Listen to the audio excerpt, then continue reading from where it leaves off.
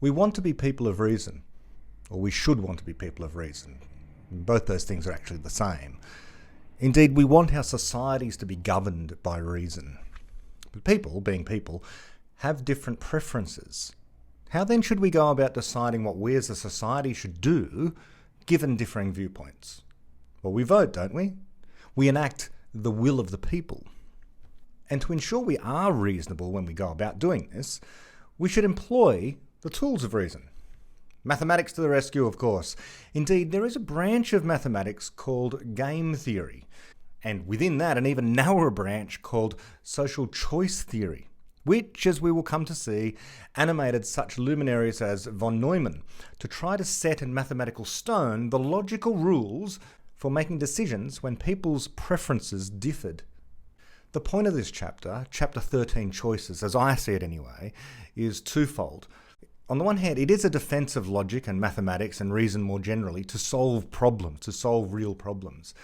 But on the other, it is a criticism of the idea that we can create pristine algorithms, proofs or whatever you like, of what we should do, how we should vote, what voting systems we should implement, what decision algorithms we should try and legislate for, so that we are always perfectly reasonable. The reason why that project has failed and will always fail is because there exist in the mathematical universe, and hence in the physical universe, so-called no-go theorems.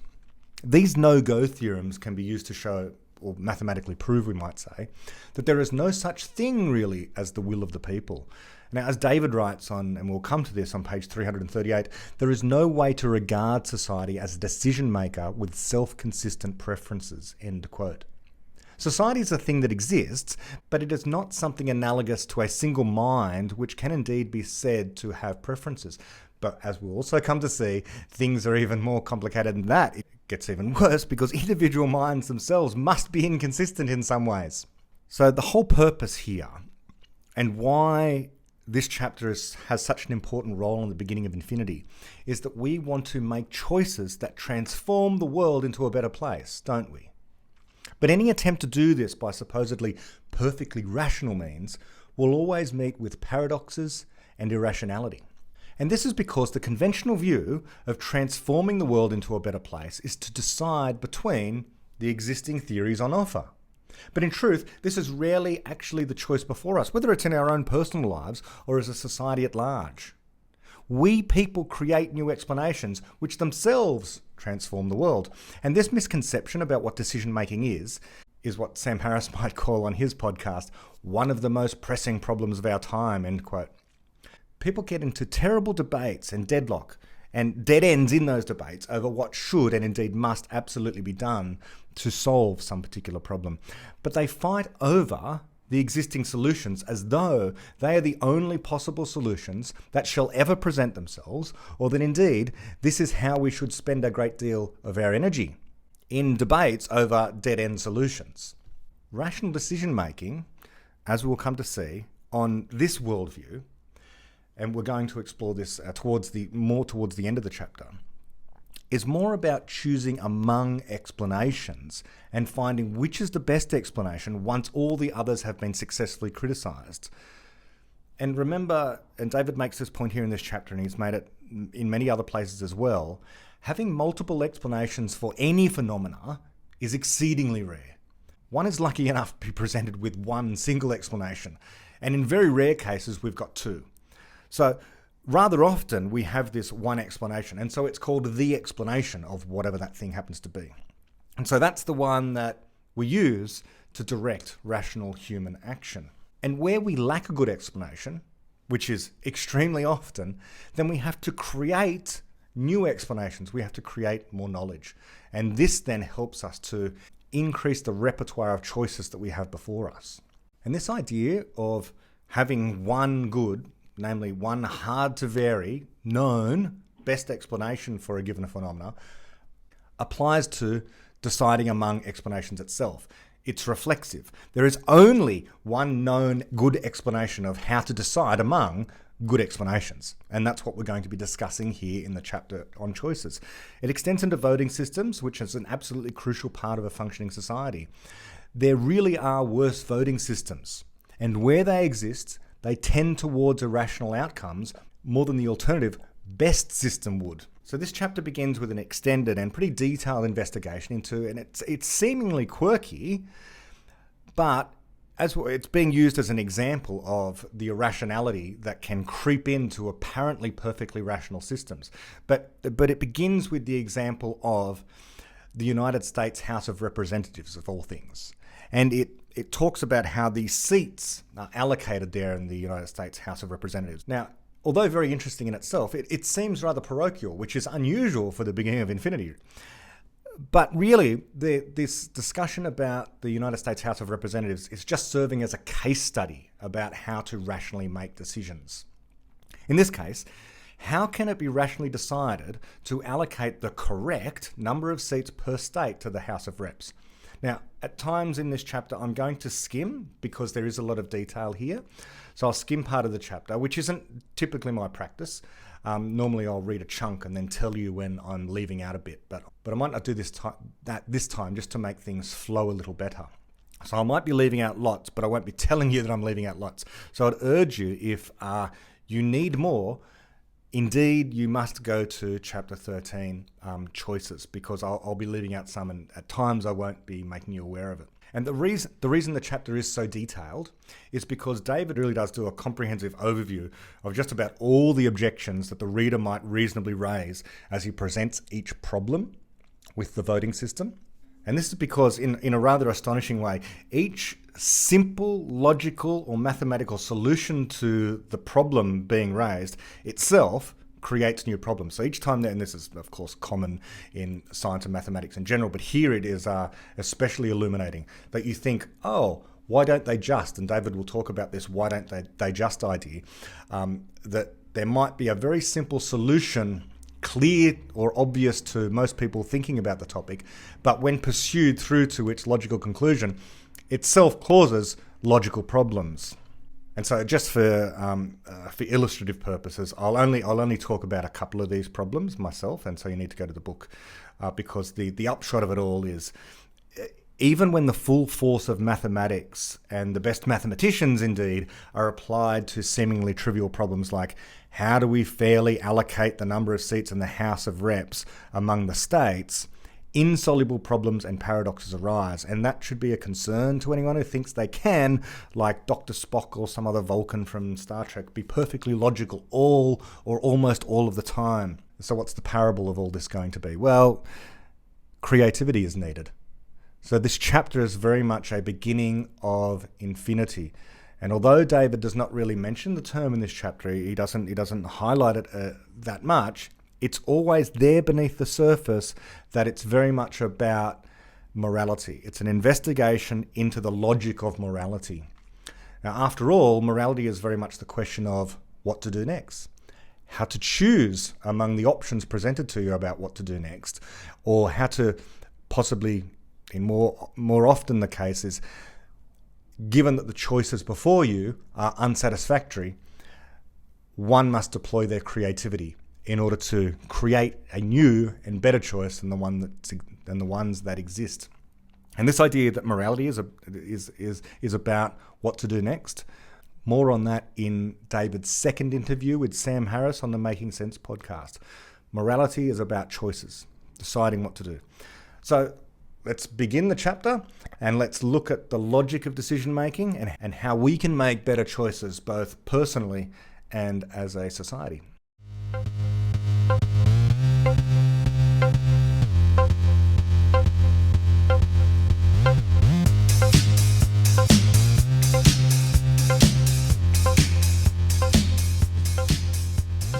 So, hello, welcome to Topcast after that lengthy introduction. Chapter 13, Choices. I'm diving straight in. In March 1792, George Washington exercised the first presidential veto in the history of the United States of America. Unless you already know what he and Congress were quarrelling about, I doubt you will be able to guess.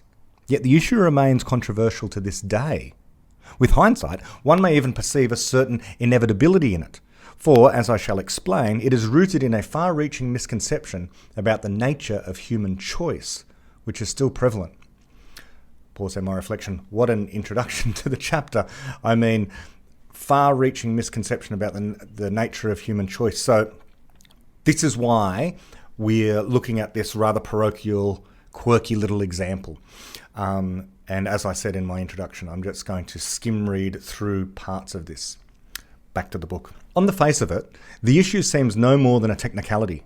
In the US House of Representatives, how many seats should each state be allotted?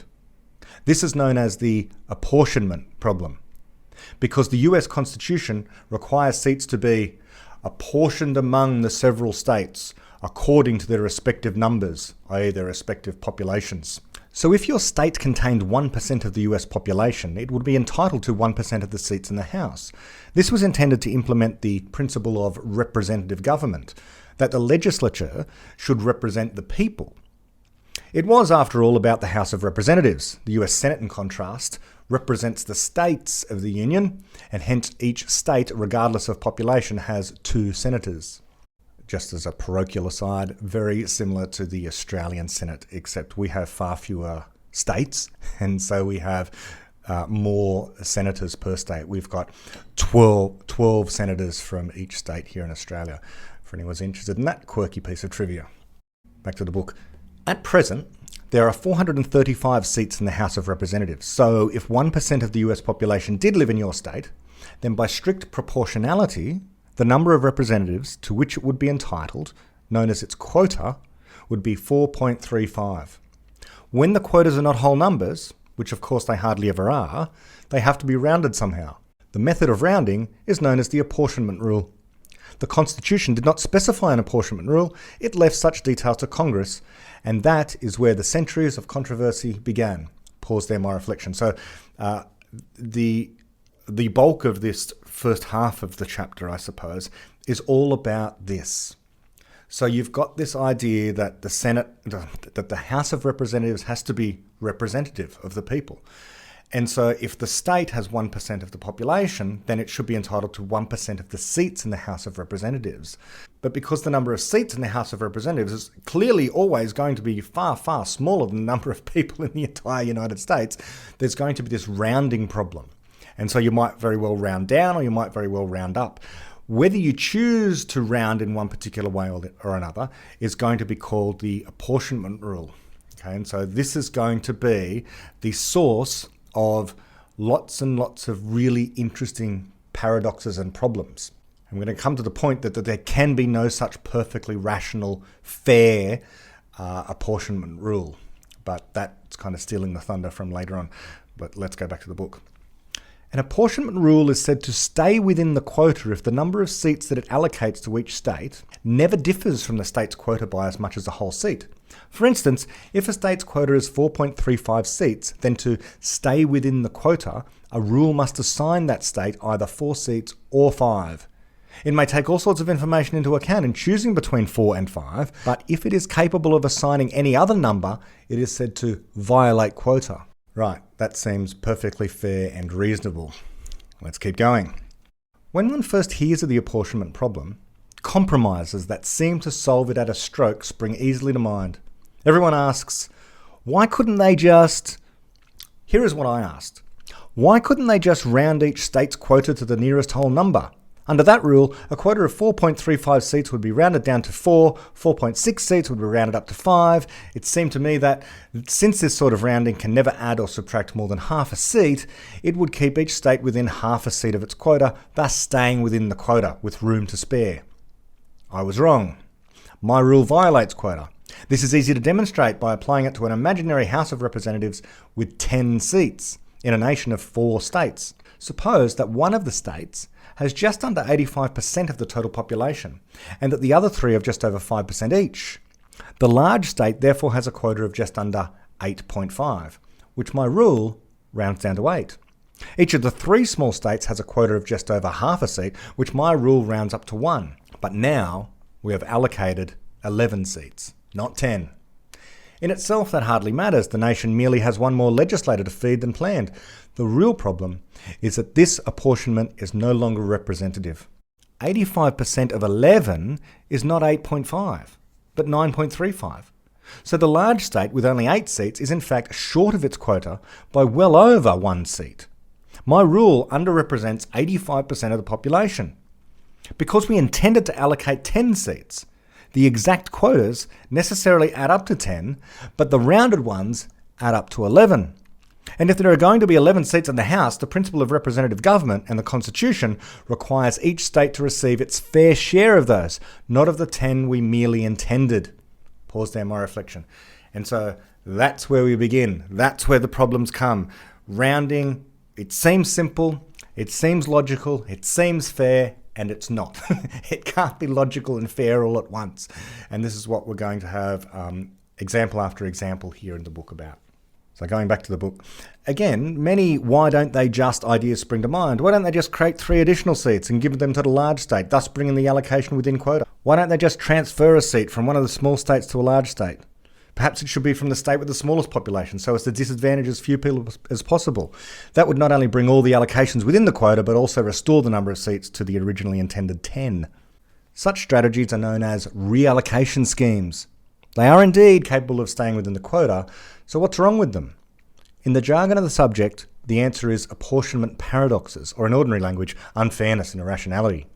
For example, the last reallocation scheme that I described, which was where we just take the seat from the smallest state and we give it to the larger state so that we have things back within quota, that last reallocation scheme that I described is unfair by being biased against the inhabitants of the least populous state. They bear the whole cost of correcting the rounding errors. On this occasion, their representation has been rounded down to 0. Yet in the sense of minimising the deviation from the quotas, the apportionment is almost perfectly fair.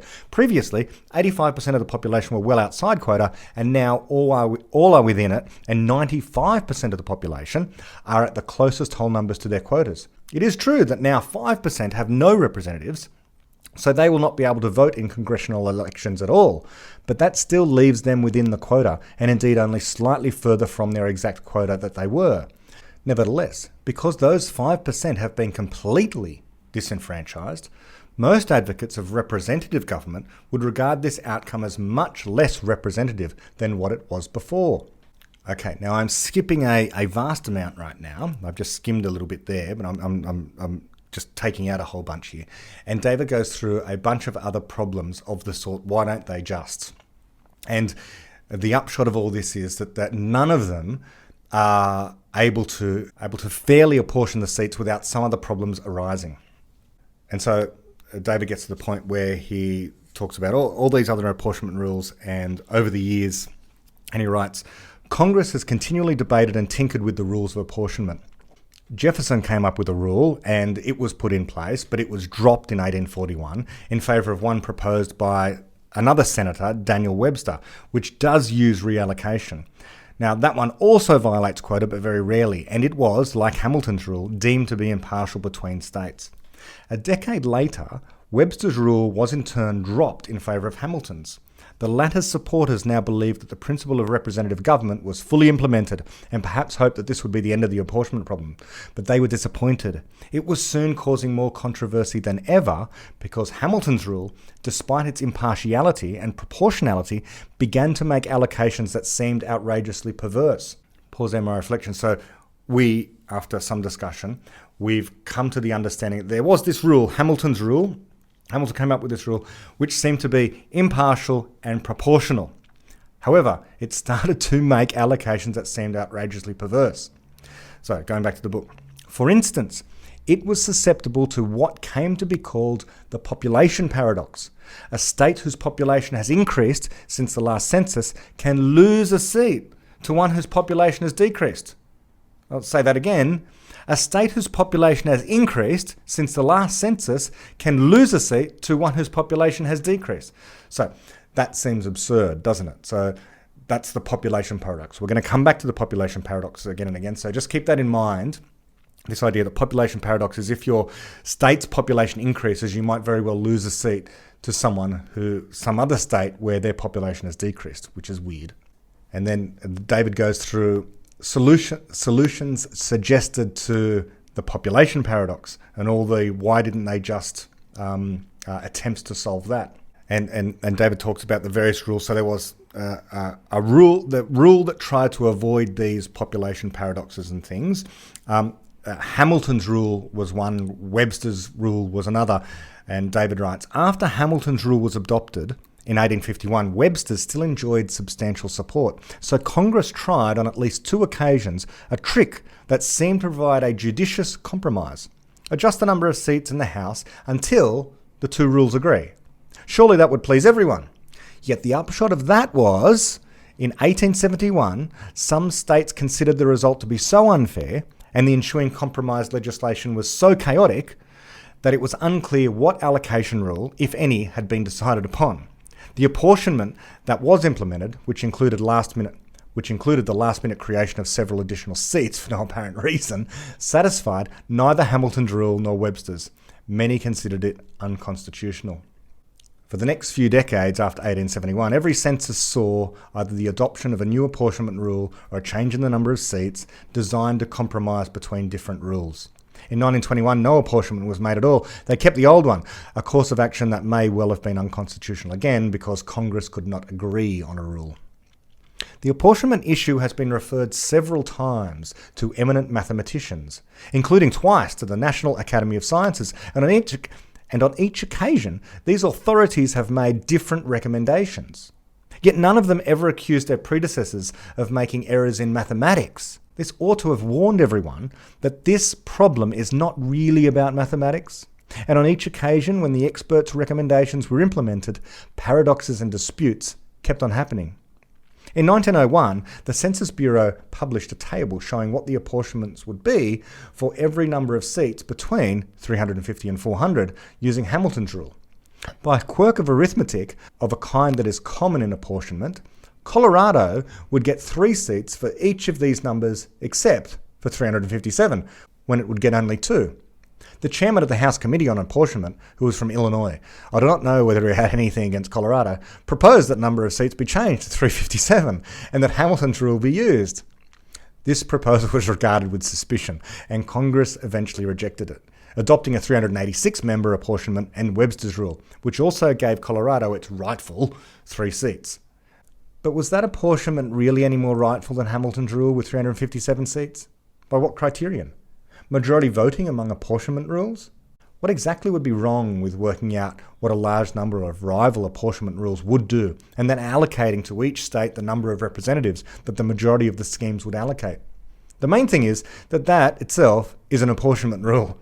Similarly, combining Hamilton's and Webster's schemes as they tried to do in 1871 just constituted adopting a third scheme. And what does such a scheme have going for it? Each of its constituent schemes was presumably designed to have some desirable properties. A combined scheme that was not designed to have those properties will not have them except by coincidence. So it will not necessarily inherit the good features of its constituents. It will inherit some good ones and some bad ones and have additional good and bad features of its own. But if it was not designed to be good, why should it be? Pause there, my reflection. And here I'm going to utterly and completely steal David's thunder from towards the end of the chapter, because it's one of the most profound things that I read in the book, and it has really changed my thinking on this particular matter. David will come to it, but I just want to flag it now because he's talked there about why not, if you've got these 2 schemes that are designed to try and solve the problem of apportionment, why not pick one that's sort of halfway in between these 2? Now, as we'll come to see, this is the idea of compromise out there in the world. Compromise is a thing that is lauded as a virtue in politics. That if you have 2 sides of a debate, and over here on side A, they come up with a particular solution, their purported solution, call that solution X. And over here on side B, they have a different solution altogether, a purported solution or policy, and call that theory Y. Now, if they're at loggerheads and they can't agree, it's supposedly a virtue to come to some compromise. Compromise has, as David will say later on, an unfairly high reputation. In fact, compromises are not good. The reason why compromises are not good is because a compromise is a third option.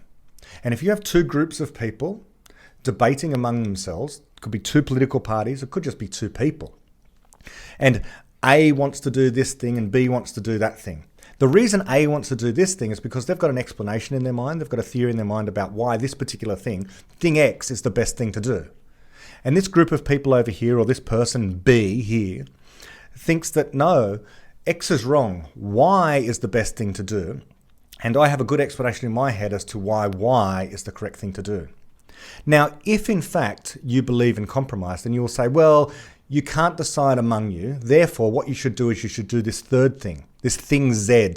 Why shouldn't we do that? At least we're doing something.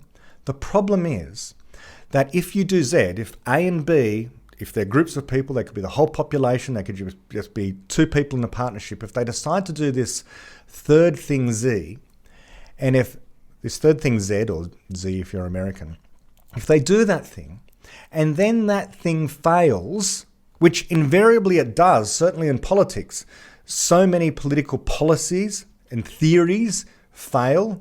When Z fails, when the third option fails, no one learns anything. Neither Group A nor Group B actually ever endorsed Z. They didn't think that Z was the best idea. They didn't think Z was a particularly good idea at all. They thought that either X or Y was the best idea. So when Z fails, what happens? Both A goes back to endorsing X again, and B goes back to endorsing Y again. They both revert to their original positions. And so then what do? You just do another compromise? Why should the compromise be better, given that both X and Y think they've got a good explanation about why their particular theory is the best theory? Wouldn't it be a better, more parsimonious idea to actually try out X? If we try out X and X is shown to fail, great. Everyone has actually learned something. A can no longer be committed to X as actually being the thing that will work and solve the problem, because they've learnt that it fails. So then everyone can get behind the alternative now. Everyone can do their best to implement Y. Now, Y might very well fail as well, but at least we're learning things, we're making progress, we're ruling out stuff. We're not ruling out random things that no one thought was a good idea in the first place. If you're going to do the compromise, you may as well just be flipping a coin about what to do next, because no one really has a good idea. Now, it might very well be the case, of course, that X or Y could succeed. We might expect at least one of them to succeed, because a whole bunch of creative people have good explanations, in their mind anyway, they have explanations, as to why either X or Y should succeed. But neither of the groups, no one has a good explanation as to why Z should actually work. And so when Z fails, that's why we say no one learns anything. No one's explanation has been refuted. Indeed, there was no explanation why Z should work at all in the first place. Z has perhaps some of the good features of X and some of the good features of Y, but it will also have the bad features of X and the bad features of Y, and perhaps more of the bad features of both than either on their own. And it will have some good features of its own and some terrible features of its own. But we shouldn't expect it to work because no one has an explanation about why it should work, compared to X and Y, where two groups of people or two individuals do have an explanation in their mind by their lights as to why this thing should work. And that's why it should be tried. And that's why compromise is bad, especially in politics. And yet compromise is held up as this virtue of the way in which politics should proceed, because people say, at least the government is therefore doing something.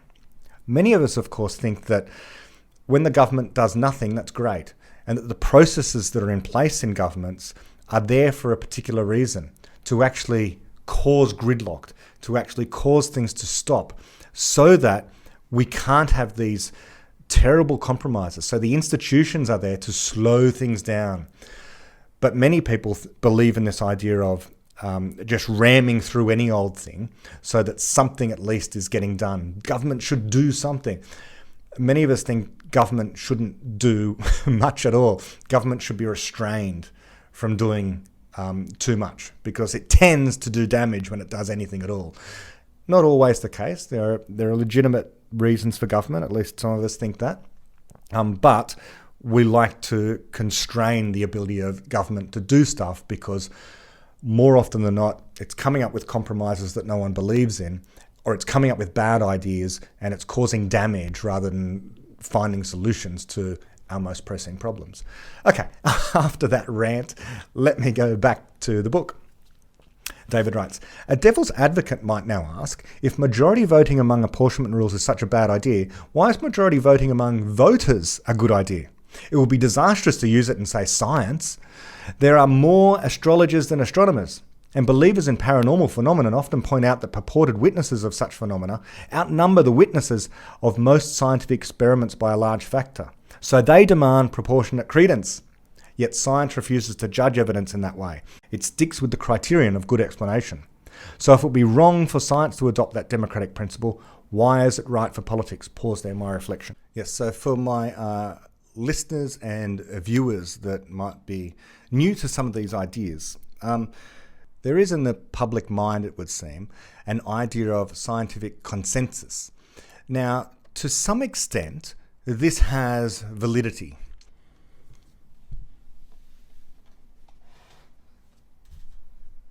Now, there is a sense in which the consensus of the scientists has some validity. And it's when a layperson is trying to decide what is scientific knowledge at any particular time.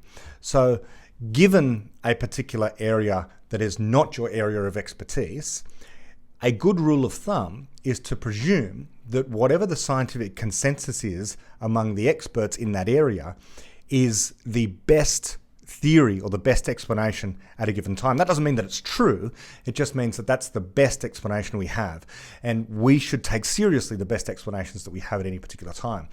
But scientific consensus is not the way we adjudicate between theories, not in science.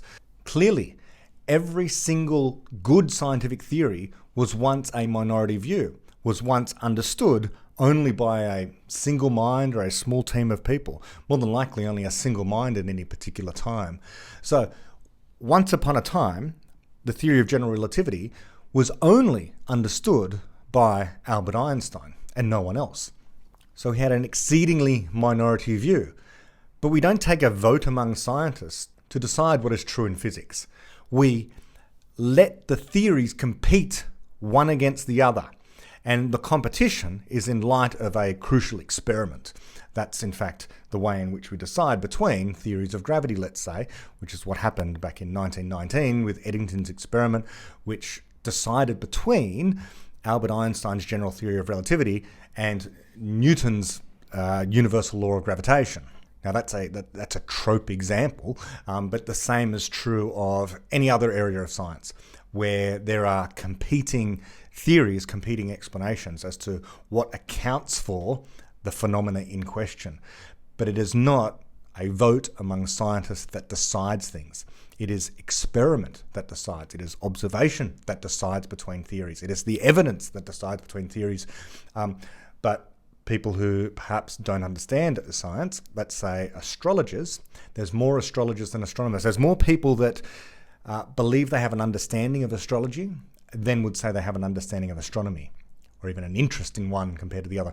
But we don't therefore conclude on that basis that the majority should hold sway, that therefore astrologers should be funded by government institutions, let's say. But we do fund astronomers, not because there's more of one than the other, but because there are objective ways of measuring or comparing the theories of one subject against reality that aren't available in the other. Although there are certain ways of measuring astrology against reality, but they typically come up bad for astrology.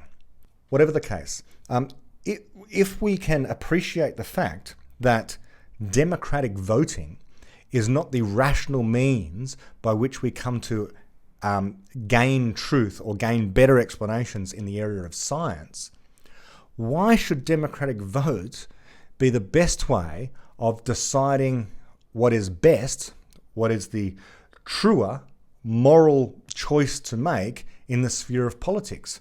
Why is democratic vote good in one area and not in the other? Let me just reread what David said here. So if it would be wrong for science to adopt that democratic principle, why is it right for politics? Is it just because, as Churchill put it, many forms of government have been tried and will be tried in this world of sin and woe. No one pretends that democracy is perfect or all wise. Indeed, it has been said, that democracy is the worst form of government except for all those others that have been tried from time to time. That would indeed be a sufficient reason, but there are cogent positive reasons as well, and they too are about explanation, as I shall explain.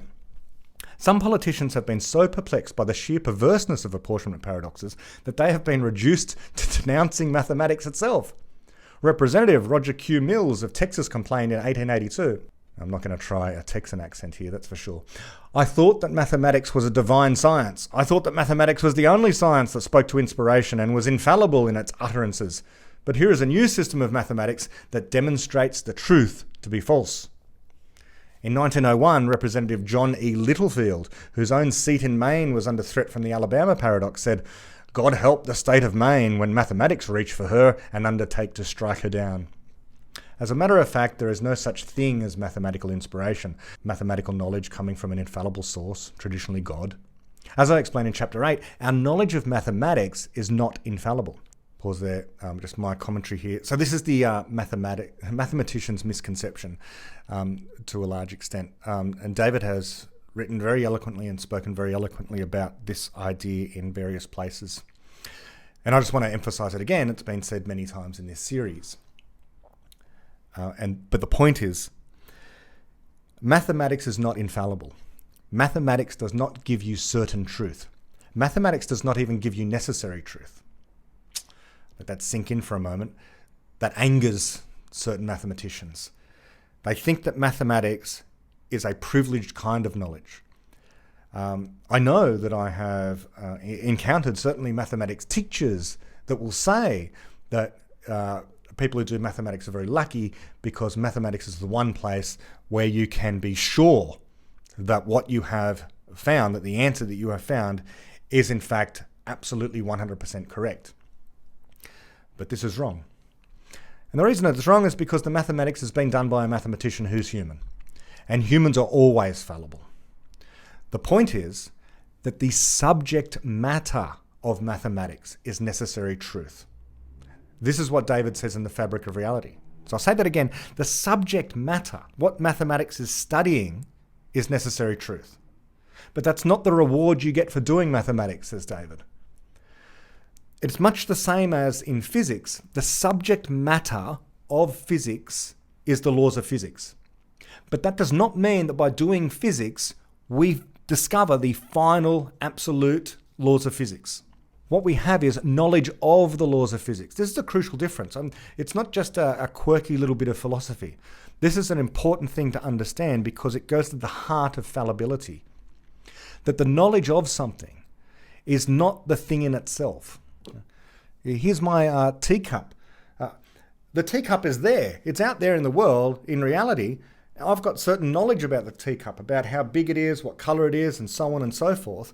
I can be wrong about any of that, even though the teacup is right here in front of me and I can provide a description of it, which will necessarily always be incomplete and necessarily contain errors. I can be wrong about any part of it. So too with mathematics. The mathematical realm is not here in physical reality for us to look at, but it is there in abstract space. And we can be wrong about the theorems of mathematics. We can prove theorems of mathematics, but those proofs, proof is just a certain kind of process, a computation that the mathematician goes through. The computation does not confer on the conclusions of that computation, upon the result of that proof, absolute certainty. At any point in the proof, an error might have been committed, an error might have crept in, either because the mathematician themselves made an error, there was an error in the assumptions, the calculator that was used to do the proof might have been malfunctioning. There's any number of reasons why the conclusion of the proof might not be absolutely true. And by the way, there are many mathematicians who do concede this, pure mathematicians, who understand that the axioms they begin with, this is how mathematics works. It begins with axioms, it follows rules of inference and so on, it leads to a conclusion. The conclusion can be regarded as a theorem. The point is that the axioms themselves, even though they might be so-called self-evident, that itself does not confer absolute truth upon the axioms. Self-evident to you might not be self-evident to someone else. Whatever the case, you can't prove axioms are true. That's why they're called axioms. But the conclusion in a valid proof only contains as much truth as the premises that you begin with. However much truth there is in the assumptions is, via the method of proof, conferred upon the conclusion. But if you don't know how much truth is actually in the assumptions, then you cannot possibly be certain of the absolute truth of your conclusion. And so that's part of the mathematician's misconception, as David speaks about it in various other places. Very interesting part of this philosophy, of the philosophy of mathematics as well, and very poorly subscribed to, I should say, as well. People do still have the hierarchy of knowledge that is spoken about in the Fabric of Reality, where mathematics is up here as the highest form, this rarefied sphere of absolute certainty. And just below that is science, where although you can't be certain, you can be nearly certain, you can be very, very sure about what's going on in science. And then below that is philosophy, where it's all just mere matters of opinion. That's the classical, misconceived view of knowledge. Of course, knowledge is an interconnected web where you can be wrong about any particular part of it, and where sometimes there are far better explanations in philosophy than there are in certain areas of science, and so on. Okay, let's go back to the book. So I just said that our knowledge of mathematics is not infallible. But if Representative Mills meant that mathematicians are, or somehow ought to be, society's best judges of fairness, then he was simply mistaken. The National Academy of Sciences panel that reported to Congress in 1948 included the mathematician and physicist John von Neumann, and it decided that a rule invented by the statistician Joseph Adner Hill, which is the one in use today, is the most impartial between states. But the mathematicians Michel Belinsky and Peyton Young have since concluded that it favours smaller states. This illustrates again that different criteria of impartiality favour different apportionment rules, and which of them is the right criterion cannot be determined by mathematics. Indeed, if Representative Mills intended his complaint ironically, if he really meant that mathematics alone could not possibly be causing injustice, and that mathematics alone could not cure it, then he was right. However, there is a mathematical discovery that has changed forever the nature of the apportionment debate. We now know that the quest for an apportionment rule that is both proportional and free from paradoxes can never succeed. Belinsky and Young proved this in 1975. Belinsky and Young's theorem: every apportionment rule that stays within quota suffers from the population paradox. This powerful no-go theorem explains the long string of historical failures to solve the apportionment problem. Never mind the various other conditions that may seem essential for an apportionment to be fair, no apportionment rule can meet even the bare bones requirements of proportionality and the avoidance of the population paradox. Belinsky and Young also proved no-go theorems involving other classic paradoxes. This work had much broader context than the apportionment problem. During the 20th century, and especially following the Second World War, a consensus had emerged among most political movements that the future welfare of humankind would depend on an increase in society-wide, preferably worldwide, planning and decision-making. The Western consensus differed from its totalitarian counterparts in that it expected the object of the exercise to be the satisfaction of individual citizens' preferences. So Western advocates of society-wide planning were forced to address a fundamental question that totalitarians do not encounter. When a society as a whole faces a choice and citizens differ in their preferences among the options, which option is best for a society to choose? If people are unanimous, there is no problem, but no need for a planner either. If they are not, which option can be rationally defended as being the will of the people, the option that society wants? And that raises a second question: how should society organise its decision-making so that it does indeed choose the options that it wants? These two questions had been present, at least implicitly, from the beginning of modern democracy. For instance, the US Declaration of Independence and the US Constitution both speak of the right of the people to do certain things, such as remove governments. Now they became the central questions of a branch of mathematical game theory known as social choice theory. Thus game theory, formerly an obscure and somewhat whimsical branch of mathematics, was suddenly thrust into the centre of human affairs, just as rocketry and nuclear physics had been. Many of the world's finest mathematical minds, including von Neumann, rose to the challenge of developing the theory to support the needs of the countless institutions of collective decision-making that were being set up. They would create new mathematical tools, which, given what all the individuals in a society want or need or prefer, would distill what a society wants to do, thus implementing the aspiration of the will of the people. They would also determine what systems of voting and legislating would give society what it wants. Some interesting mathematics was discovered, but little, if any of it, ever met those aspirations. On the contrary, time and again, the assumptions behind social choice theory were proved to be incoherent or inconsistent by no-go theorems like that of Belinsky and Young. Thus it turned out that the apportionment problem, which had absorbed so much legislative time, effort and passion, was the tip of an iceberg. The problem is much less parochial than it looks. For instance, rounding errors are proportionally smaller with a larger legislature. So why don't they just make the legislature very big, say 10,000 members, so that all the rounding errors would be trivial? One reason is that such a legislature would have to organise itself internally to make any decisions. The factions within the legislature would themselves have to choose leaders, policies, strategies and so on. Consequently, all the problems of social choice would arise within the little society of a party's contingent in the legislature. So it is not really about rounding errors. Also, it is not only about people's top preferences. Once we are considering the details of decision-making in large groups, how legislatures and parties and factions within parties organise themselves to contribute their wishes to society's wishes, we have to take into account their second and third choices. Because people still have a right to contribute to decision-making if they cannot persuade a majority to agree to their first choice. Yet electoral systems designed to take such factors into account invariably introduce more paradoxes and no-go theorems. One of the first no-go theorems was proved in 1951 by the economist Kenneth Arrow, and it contributed to his winning the Nobel Prize for Economics in 1972. Arrow's theorem appears to deny the very existence of social choice and to strike at the principle of representative government and apportionment and democracy itself, and a lot more besides. Pause there, just my reflection. Just on this thing about Arrow's theorem, which we're about to get to a description of. There's an interesting person on Twitter, Ethan the Mathmo, he calls himself. He's got almost no followers. He's got 114 followers. He studies mathematics at Cambridge.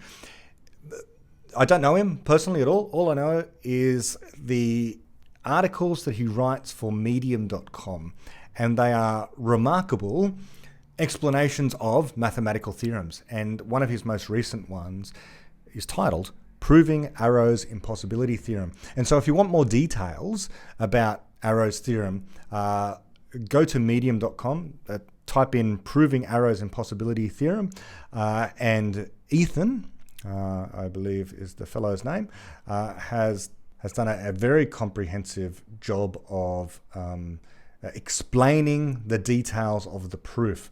I love this kind of thing. I did, mathematics myself at university, including some graduate level stuff, but I never regarded myself as particularly good at it. So, for example, I really wanted to know Gödel's incompleteness theorem. I really wanted to understand that, and I took subjects at the higher undergraduate level in logic and computability, and we went through the proof in great detail. But the only way I could ever get through the proof was to buy a book, a companion to go along with the proof as we did it, which explained some more of the details. In fact, I have the book. There it is there. By Ernst Nagel and someone else. So it's a book about Gödel's proof. So an entire book written that explains Gödel's proof, I should say. It's not merely about the history or anything like that. It's simply an explanation of Gödel's proof, what the mechanics of getting through the damn proof are, because it's a very long proof all on its own. Anyway, whatever the case, this fellow on Medium writes these similarly easy to follow expositions of these otherwise complicated mathematical proofs. Okay, let's go back to the book. David writes, this is what Arrow did. He first laid down 5 elementary axioms that any rule defining the will of the people, the preferences of a group, should satisfy. And these axioms seem, at first sight, so reasonable as to be hardly worth stating. One of them is that the rule should define a group's preferences only in terms of the preferences of that group's members. Okay, seems simple. Keep going. Another is that the rule must not simply designate the rules of one particular person to be the preferences of the group, regardless of what the others want. This is called the no dictator axiom. A third is that if the members of the group are unanimous about something, in the sense that they have all identical preferences about it, then the rule must deem the group to have those preferences as well. Those three axioms are all expressions in this situation of the principle of representative government. Great. So they seem, as David has said, hardly even worth stating. They're so blindingly obvious that if you have a group, it should be the preferences of the people in the group. If it's sort of a democratic type exercise that we're going through here in decision making, it's the preferences of the group that dictate what the group is going to do, not another group over here that's dictating it. Okay, so or it's also not the case that one person from within the group can dictate what the entire group can do. That's the no dictator rule. So let's keep going. Arrow's fourth axiom is this. Suppose that under a given definition of the preferences of the group, the rule deems the group to have a particular preference, say for pizza over hamburger. Then it must still deem that to be the group's preference if some members who previously disagreed with the group, i.e. they preferred hamburger, to change their minds and now prefer pizza. This constraint is similar to ruling out a population paradox. A group would be irrational if it changed its mind in the opposite direction to its members. Again, simple, straightforward stuff. David continues. The last axiom is that if the group has some preference and then some members change their minds about something else, then the rule must continue to assign the group that original preference. For instance, if some members have changed their minds about the relative merits of strawberries and raspberries, but none of their preferences about the relative merits of pizza and hamburger have changed, then the group's preference between pizza and hamburger must not be deemed to have changed either. This constraint can be again regarded as a matter of rationality. If no members of the group change any of their opinions about a particular comparison, nor can the group. All right, all simple axioms, very rational, straightforward ideas that it would seem no rational person would want to disagree with. So what's the point? As David writes, Arrow proved that the axioms that I have just listed are, despite their reasonable appearance, logically inconsistent with each other. No way of conceiving the will of the people can satisfy all five of them. This strikes at the assumptions behind social choice theory at an arguably even deeper level than the theorems of Belinsky and Young. First, Arrow's axioms are not about the apparently parochial issue of apportionment, but about any situation in which we want to conceive of a group as having preferences. Second, all five of these axioms are intuitively not just desirable to make a system fair, but essential for it to be rational. Yet they are inconsistent. Pause there, just my commentary.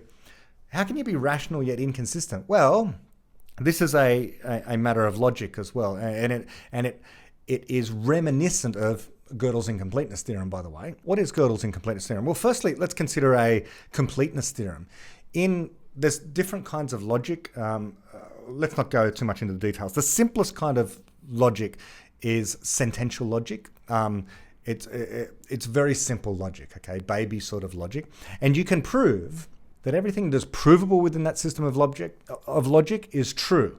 And that every theorem that you write down, every true statement that you can write down, true according to the axioms, right, of the logic, that everything that you can write down that is true also has a proof. Now, this idea that everything you can prove is true is called soundness, and everything that is true has a proof is called completeness.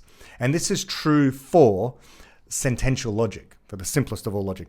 And I think that Kurt Gödel, I'd have to look this up, don't quote me on this, I think that maybe his PhD thesis or something, that he proved the completeness of predicate logic, which is slightly more complicated than sentential logic. So predicate logic is just a little bit more complicated. It includes operators like there exists a number x or for all x and so on. Okay, so I won't get into the details. The incompleteness theorem was a profound discovery. It was about simple arithmetic. Now, simple arithmetic, 1 + 2 = 3 and so on. Simple arithmetic, we know what that is. is a more complicated system than basic logic, the most basic forms of logic. The most basic forms of logic don't refer to numbers at all, okay? But simple arithmetic obviously does. It's more complicated. It's richer. What Kurt Gödel proved was that although everything that you can prove within the system of simple arithmetic, and the system of simple arithmetic that he used was something that relied upon Peano's axioms. This guy Peano came up with the axioms of simple arithmetic. Anyway, everything that you can prove within that system was true according to that system. But here's the kicker. He also proved, he showed, and this is the real profound discovery, that you can write down true statements, or at least statements, valid statements in the system of simple arithmetic that have no proof. We cannot show that they are either true or false. They're undecidable. This is profoundly strange and unusual. It means that there are things in mathematics that are valid to write down, but for which we have no proof. We cannot show that they're true or false, the mathematical understanding of those terms. Okay, and so that's what this here is reminiscent of. Okay, so we can have a sequence of perfectly reasonable axioms, just like the seemingly perfectly reasonable axioms of simple arithmetic, Peano's axioms, which nonetheless can lead to statements that cannot be proved true or false. We can't find a true or false proof of them. Okay, they're undecidable, even though the axioms are so simple. And so too here, the axioms are not only desirable but essential for it to be rational, yet they are inconsistent. And David continues, it seems to follow that a group of people jointly making decisions is necessarily irrational in one way or another. It may be a dictatorship or under some sort of arbitrary rule, or if it meets all three representative conditions, then it must sometimes change its mind in a direction opposite to that in which criticism and persuasion have been effective. So it will make perverse choices no matter how wise and benevolent the people who interpret and enforce its preferences may be, unless possibly one of them is a dictator. So there is no such thing as the will of the people. There is no way to regard society as a decision maker with self-consistent preferences.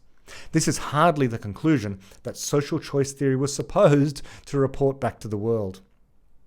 As with the apportionment problem, there were attempts to fix the implications of Arrow's theorem with why don't they just ideas. For instance, why not take into account how intense people's preferences are?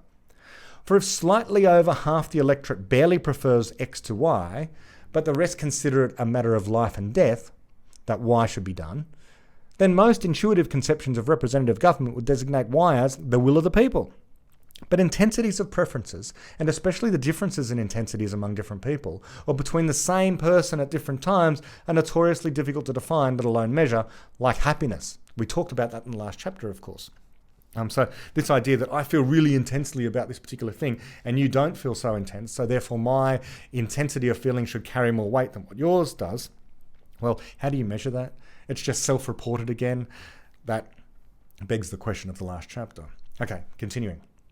And in any case, including such things makes no difference. There are still no-go theorems. Okay, I'm skipping just a little here and we get into a very interesting thing on which David has produced a video, in fact. So if you go to David Deutsch's, in fact, I'll link to David Deutsch's video about this thing here, electoral systems. The electoral system in Great Britain was proposed that people were suggesting and agitating, and still do agitate, as they do in Australia and various other places, for changing the voting system.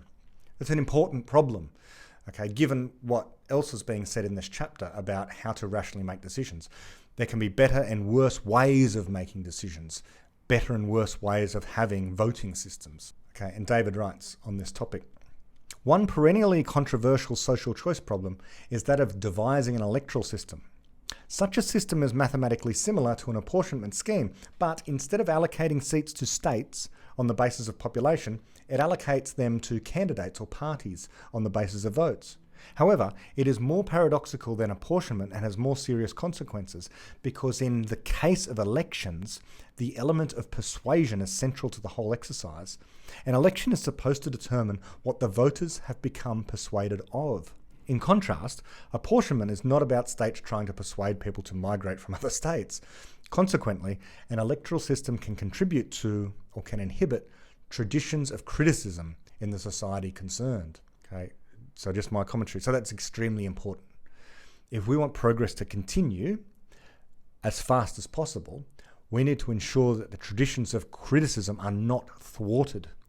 But as David is saying here, there can be voting systems which may inhibit traditions of criticism and so can actively stifle progress, enabling society to solve problems as quickly as possible. Let's continue. He writes, for example, an electoral system in which seats are allocated wholly or partly in proportion to the number of votes received by each party is called a proportional representation system. We know from Belinsky and Young that if an electoral system is too proportional, it will be subject to the analogue of the population paradox and other paradoxes. And indeed, the political scientist Peter Kurid Klitgaard, in a study of the most recent 8 general elections in Denmark, under its proportional representation system, showed that every one of them manifested paradoxes.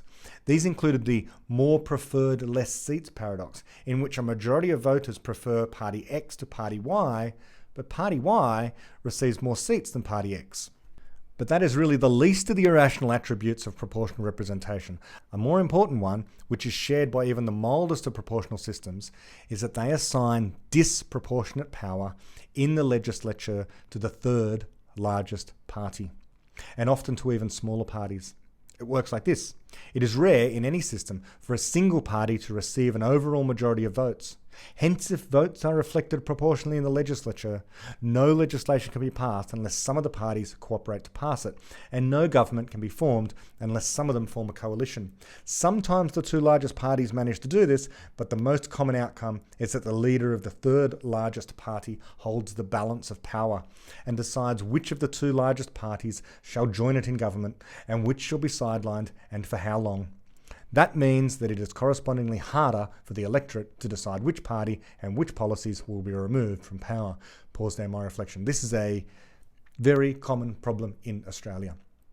We do have large minority parties, by which I mean third parties. Basically, in Australia, we have 2 main parties, the Labor Party and the Liberal Party. Or in federal, it is the Liberal Coalition Party, which is a neat way of getting around the fact that the Liberal Party has formed a coalition with the National Party, and so it's the Liberal National Coalition. And so already we have a bit of an issue there, which results in compromise and everything else that we were talking about earlier. But the Greens have, over the years, been a sizable third party. And in some places in certain states, the Greens have become large enough to sometimes ally themselves with Labor, with the Labor Party, just the left side. And so then the 2 of them together can form a coalition which is larger than the Liberal Party, which often is the largest party. Or even worse than that, the Green Party will not form a coalition with anyone. It will just sit in the middle and it will hold this balance of power. It's been a number of times over the years where in the Senate in Australia, the Green Party has held that balance of power, which means although it might only have 2-3 senators out of the 76 that are actually in the Parliament of Australia, it might only have 2 or 3. That is enough to either give Labor a majority or the Liberal Party a majority, which means then that, in fact, the most powerful party, in a sense, is the Green Party, because they become the kingmakers. Now, David goes through a historic example here about West Germany, where in fact the Greens seem to like being the third party, changing sides in Germany. So I'll just skip that little bit and I'll go back to the book where David writes, Arrow's theorem applies not only to collective decision making, but also to individuals as follows. Consider a single rational person faced with a choice between several options. If the decision requires thought, then each option must be associated with an explanation, at least a tentative one, for why it might be best. To choose an option is to choose its explanation. So how does one decide which explanation to adopt? Common sense says that one weighs them, or weighs the evidence that their arguments present. This is an ancient metaphor. Statues of justice have carried scale since antiquity. More recently, inductivism has cast scientific thinking in the same mould, saying that scientific theories are chosen, justified and believed, and somehow even formed in the first place according to the weight of evidence in their favour. Just my commentary there. That's Bayesianism as well. Bayesianism tries to mathematise this idea of inductivism as being about weighing the evidence in order to decide which theory is correct, or even, as the Bayesians will say, to produce the theory in the first place. But the critical rationalist understanding is that theories are creatively conjectured, and the function of evidence is to simply decide between them. It's a black and white process. It's not a matter of weighing. The evidence will actually rule out all of the theories except for one. And the evidence then is explained by that single remaining theory. For example, again going back to Eddington's experiment in 1919, which decided between Newton's theory of gravity and Einstein's theory of gravity, and it ruled out Newton's theory of gravity and in fact all other theories of gravity. And the observations that were made, the evidence that was seen, was explained by general relativity. That's the way of understanding the philosophy of science. That is Popper's way of explaining this. That is David Deutsch's way of explaining this. This is the correct way of explaining this. What Bayes would say is that somehow or other you weigh the evidence. And one way of just refuting Bayes, my own personal way of refuting Bayes, is that in 1919, almost every physicist will agree that the experiment was a crucial experiment which ruled out Newton in favour of Einstein.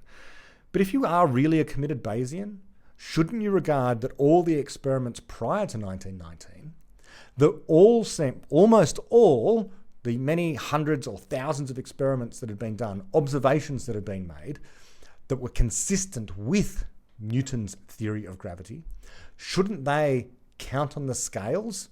And so you've got all of this weight of evidence from Newton weighing down one side, and apparently you only have one experiment here with regard to Einstein, and so shouldn't Newton still be regarded as true on Bayes' theorem?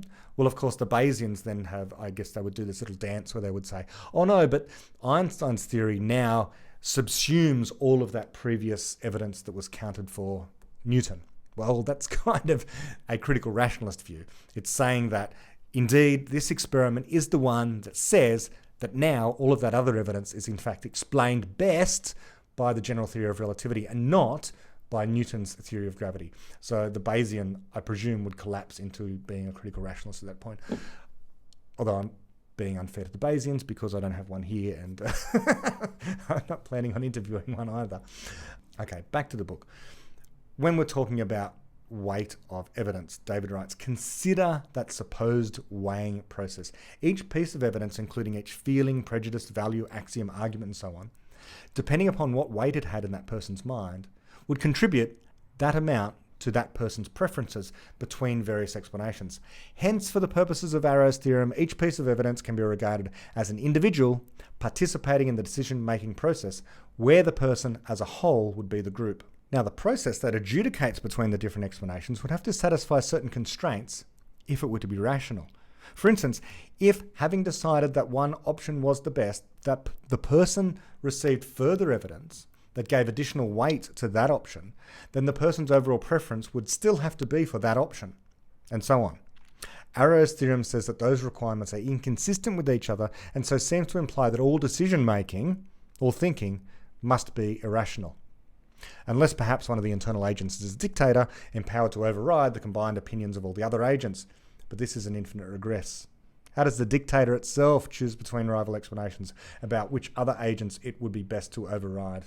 And here we get to the real gold nugget at the center of this chapter. And David writes, there is something very wrong with that entire conventional model of decision-making, both within single minds and for groups as assumed in social choice theory. It conceives of decision-making as a process of selecting from existing options according to a fixed formula, such as an apportionment rule or electoral system. But in fact, that is only what happens at the end of decision-making, the phase that does not require creative thought. In terms of Edison's metaphor, the model refers only to the perspiration phase, without realizing that decision-making is problem-solving, and that without the inspiration phase, nothing is ever solved, and there is nothing to choose between. At the heart of decision making is the creation of new options and the abandonment or modification of existing ones. To choose an option rationally is to choose the associated explanation. Therefore, rational decision making consists not of weighing evidence, but of explaining it in the course of explaining the world. One judges arguments as explanations, not justifications, and one does this creatively, using conjecture, tempered by every kind of criticism. It is in the nature of good explanations, being hard to vary, that there is only one of them.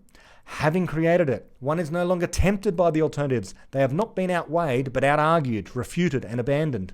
During the course of a creative process, one is not struggling to distinguish between countless different explanations of nearly equal merit.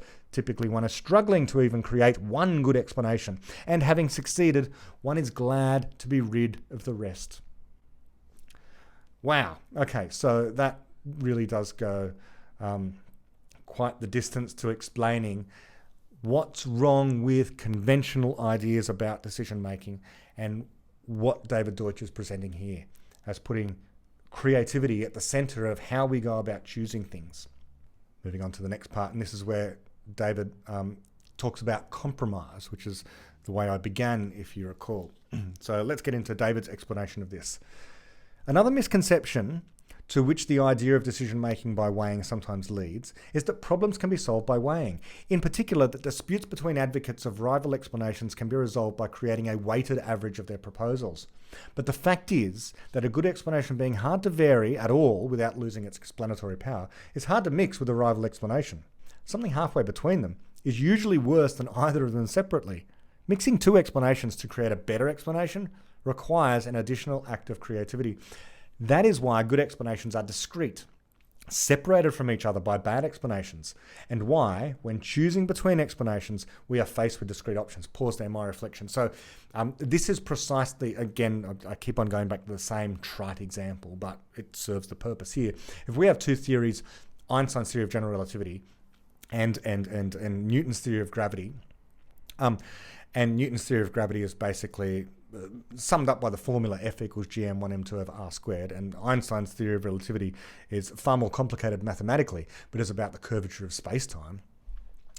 If we weren't able to decide between these two for some reason or other, if we're at a point where just prior to 1919 we didn't have the crucial experiment just yet, but it seemed like Einstein's theory was making some good predictions consistent with what Newton's theory was, the conventional model of coming up with a compromise, given that we couldn't decide between them, perhaps if you're a smart physicist that understands both, but you're not in a position yet to decide. The idea that you can come up with a compromise, something that's halfway between the two, is ridiculous. One that's halfway between, whatever that would mean to have the one that's halfway between the two, I don't know.